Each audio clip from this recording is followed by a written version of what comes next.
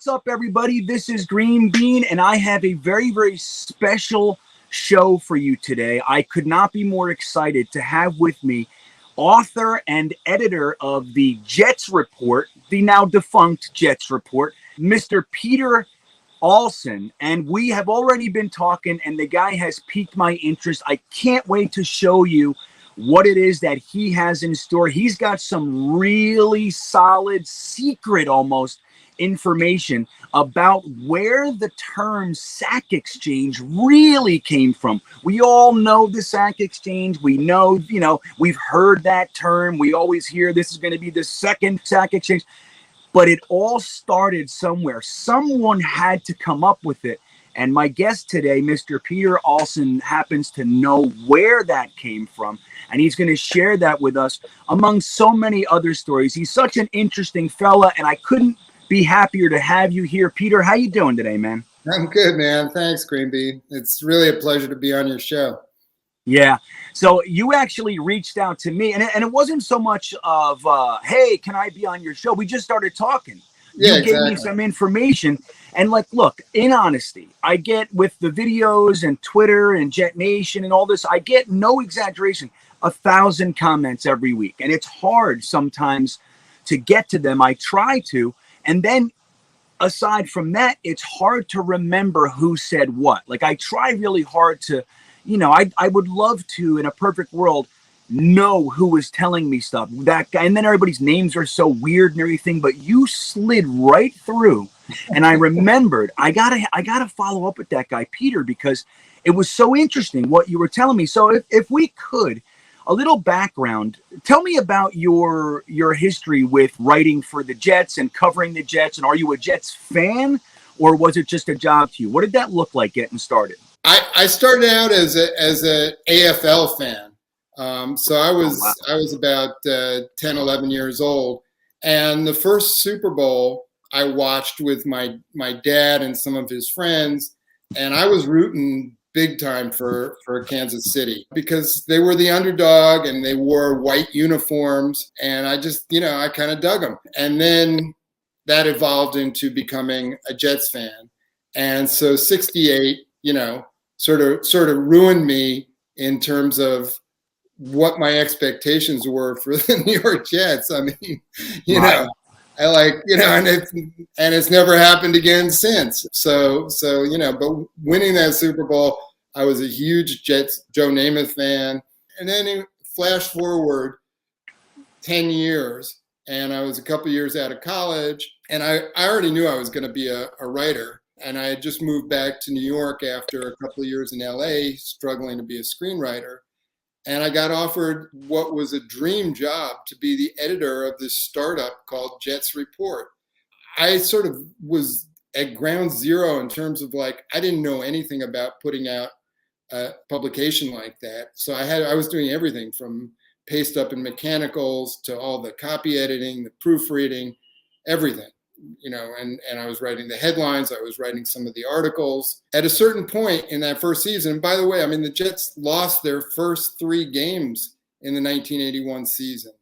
And we thought, oh God, this is this is a disaster. But the defensive line was the strength of the team. Other front fours of that era all had names. You had the Fearsome Foursome and the Steel Curtain and all of that.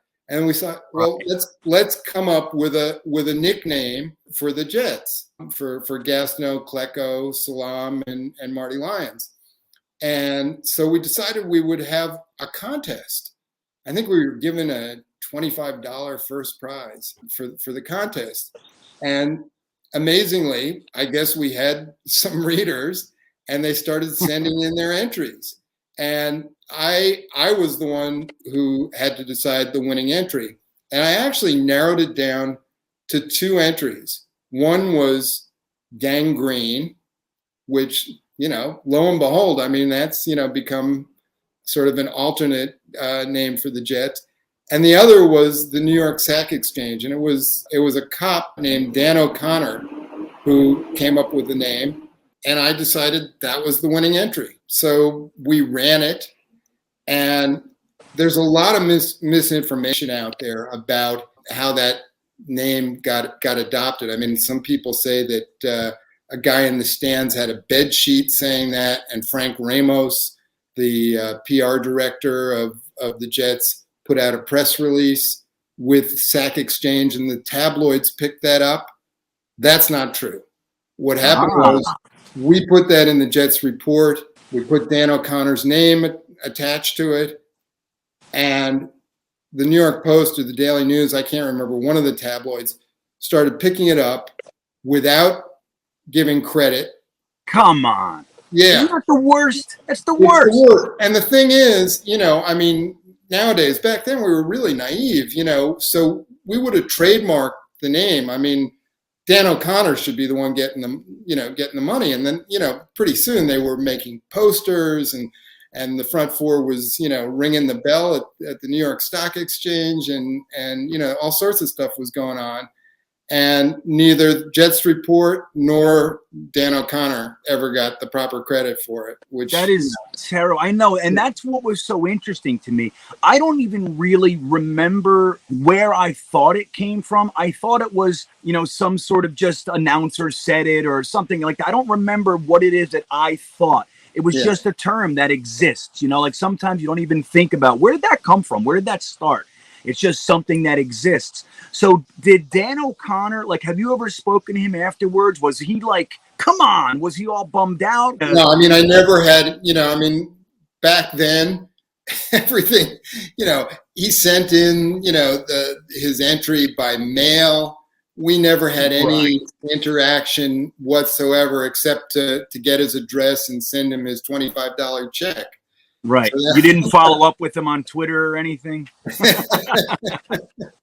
I know what a world, right? So if somebody did want to contribute to something like that, think of the process that we had to deal with back then. You had to physically write it on a letter. You had to put it in an envelope. You had to stamp it. You had to put it in the mail. Then you had to be delivered. Then you guys had to open everything. And it's what a crazy thing. Now everybody has a voice, Peter. Everybody's out there look, even me, I'm out here doing whatever I'm doing because I can, Yeah. So let me ask, at what point in the season, you said we started 0-3 in 1981. At what point did you have that contest? Was it before that, or was it after the Jets started to win some games, a little bit of excitement ensued? Yeah, it was after started to run. Yeah, I would say it was probably about mid-season. And they had already turned things around, and it was clear that the front four was a dominant part of the team and dominating the league, really. I mean, what they were doing was incredible. And so we were, sort of capitalizing on their success, making that the focus of our coverage of the team. Right. So you've had the opportunity to go to Jets camp, correct? Back then when you were writing for the Jets Report, you're able to go to Jets camp. Have you ever had the time with Gastineau or Klecko or any of those guys to interview them at all? I didn't interview them. I mean, I met them. I was introduced to them, but no, I never got to interview them. But just to see Gastineau, who was such an incredible physical specimen, was, I mean, it was kind of mind blowing. And for me, I mean, I was a Jet fan first, so getting to go out to the training facility was hugely exciting. I was psyched to be there and be around the team. I mean, the thing is, when you start rooting for a team as a little kid, you have, you think of these guys as giants. I mean, literal giants. Yeah, superheroes, right? And superheroes. And so I was actually sort of struck by the fact that some of them weren't as big in person as I expected, but Gastineau was. Yeah, he was a giant of a man. Yeah, he was ahead of his time with that that massive stature, that carved physique. Yep. Right. It wasn't always that. Yeah, most of the guys back then had bellies, and he didn't. I mean, he had a washboard stomach. And I remember way back when Sherman Plunkett was on the Jets, and he was one of the few 300-pound guys in the league. And, now they're all over 300 pounds, but he was just a huge man who was fat frankly. I mean, Yeah, right. he wasn't muscled. So, he came by those 300 pounds the hard way. Yeah, and it's a funny thing. I remember growing up when we would have that one guy, like this guy's 302 pounds. It seemed like this massive person. Yeah. Like there was an offensive lineman that we had in the 90s named Dwayne White, and he was 310 pounds. He was just a big round ball. He was good for a while, but Yeah. I remember how big it seemed. Our linemen at the time were 270, 285, like That's that right. kind of thing. And those were massive men. Now, like, look at Becton. He's 365 pounds, 6'7". It's like, I don't know what's going on. I mean, can we keep getting bigger without like our bones snapping? I don't know. But Gastineau back then was already of this mold, of today's mold, of just being a massive man. Now, let me ask you. So look, you were covering them. You were intimately involved with the ideas behind the sack exchange and all that and the excitement of the day. Realistically, taking your fan hat off, do you think Joe Klecko or Mark Gastineau should realistically be in the Hall of Fame? What are your thoughts about that? Oh, I mean, absolutely, they should be in. It's kind of a travesty that neither of them are in. I mean, Gastineau was very unpopular amongst players, and so that's factored in. And he also, the whole Bridget Nielsen thing, put a lot of fans off of him. That's right. When he left us mid-season for that. Exactly. He left mid-season, so there was the feeling of betrayal, and his career would have gone on a couple of years longer. But, I mean, by numbers alone, and certainly with the new stats being added, the new sack stats being added to their totals, just on that basis alone, they should both be in. Klecko, I actually thought that Klecko was the better all-around player. And if you listen to the great offensive linemen of the time, Joe DeLamalure and Anthony Munoz talk about Klecko, they put him up there with the best of all time. The Mean Joe Greens and the Deans and the Bruce Smiths. They say he was equal, if not better, than those guys, and also that he was the strongest DL they had ever played against. Right. And then on top of it, he has the numbers to back it up.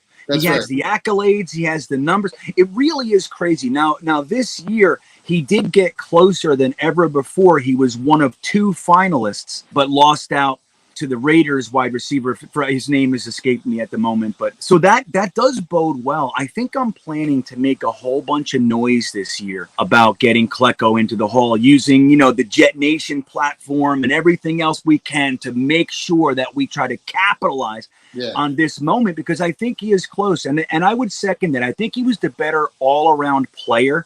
Obviously, making the Pro Bowl at 3 different spots on the line, which, look, some guys, if you move them out of their technique spot, they're completely neutralized. So for him to dominate at those positions is really something. But Mark Gastineau is an interesting one. Like you said, he wasn't popular. His own teammates didn't like him. The whole NFL hated him. Then the fans ended up turning on. But when you look at it, was there really anybody better at doing the one thing that just so happens to be one of the most important things on the defensive side of the ball in football? Was there anybody really more dominating than him at that skill set, do you think? Yeah, I think it's fair to say that for rushing the passer, there's never been anyone better than Mark Gastineau. I think that's a fair assessment. He was a force. He could not be stopped. And I mean, the interesting thing is the thing he was hated for, which was the sack dance, is now, I mean, right. Everyone does, some version of that. So I think, that at the time it was considered to be sort of disrespectful, but, now it's yeah. So, now they do it. Now they do it if if the guy gets 5 yards on him and they make a tackle, they start dancing. That's right. That's right.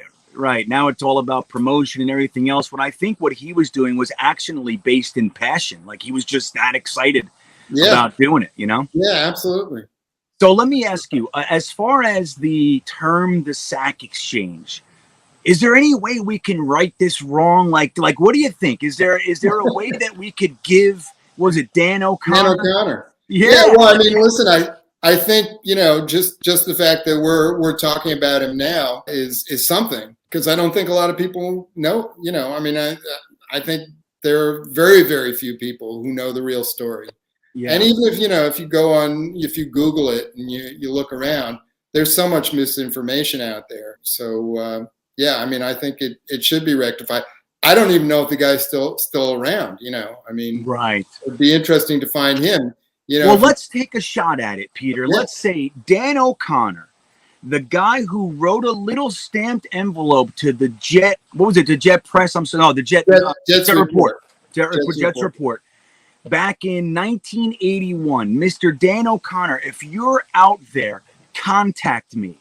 Contact me. Peter and myself will do our best to put you out front and give you the respect and honor that you deserve for, in my opinion, the finest of all the defensive line monikers. I don't know if anything has been that creative or just that good. The New York Sack Exchange. I don't think one touches it. So I think he deserves it. Dan, if you are still in fact alive, and if you have interest in kind of getting your due, reach out to me. We will put you out front, man, and we will celebrate you as the man that you are for the important figure you are in Jets fandom. So, and if that happens, Peter, I'll let you know. So we can, please. Yeah, we'll buy that guy a steak. You know what I mean? He deserves at least a steak and a beer. At least a steak, yeah. So, Peter, I want to thank you for coming by, man. Before we leave, I wanted to give you the opportunity. As I said in the beginning, you are an author. You got a pretty recent book on poker. Would you mind letting everybody know where they can find you and what's going on for you? Yeah. So the book is available on Amazon, like everything. That's probably the easiest way to get it. It's also on Barnes & Noble. It's called The Only Way to Play It. It's by me, Peter Alson, Alson. It's a sort of domestic drama comedy set in the underground poker world in New York City, which I know intimately because I've played in it for years. And it's a pretty crazy, exciting, and not very well known part of New York City. Yeah, that's fascinating. So right. I mean, we could do that for another hour, but Peter Alson, intimately involved in the underground poker scene in New York City. That is interesting, man. We're going to have to get back and talk about what that means. That's so far. I'm a gambling addict with like 16 years. I don't even play scratch offs, man. If I play one scratch off, I'll send my whole check. If I do one, Peter, it's a slippery over. Slope. Yeah, man. And I know it. I've done it. I've spent my whole check on a Friday night, 3 hours after getting paid back in the day. I'm like, I'm broke. And I didn't play scratch off. So anyway, Peter, it's really been cool to have you here, man. I thank you again for carving out the time and telling us this story. It's an important story.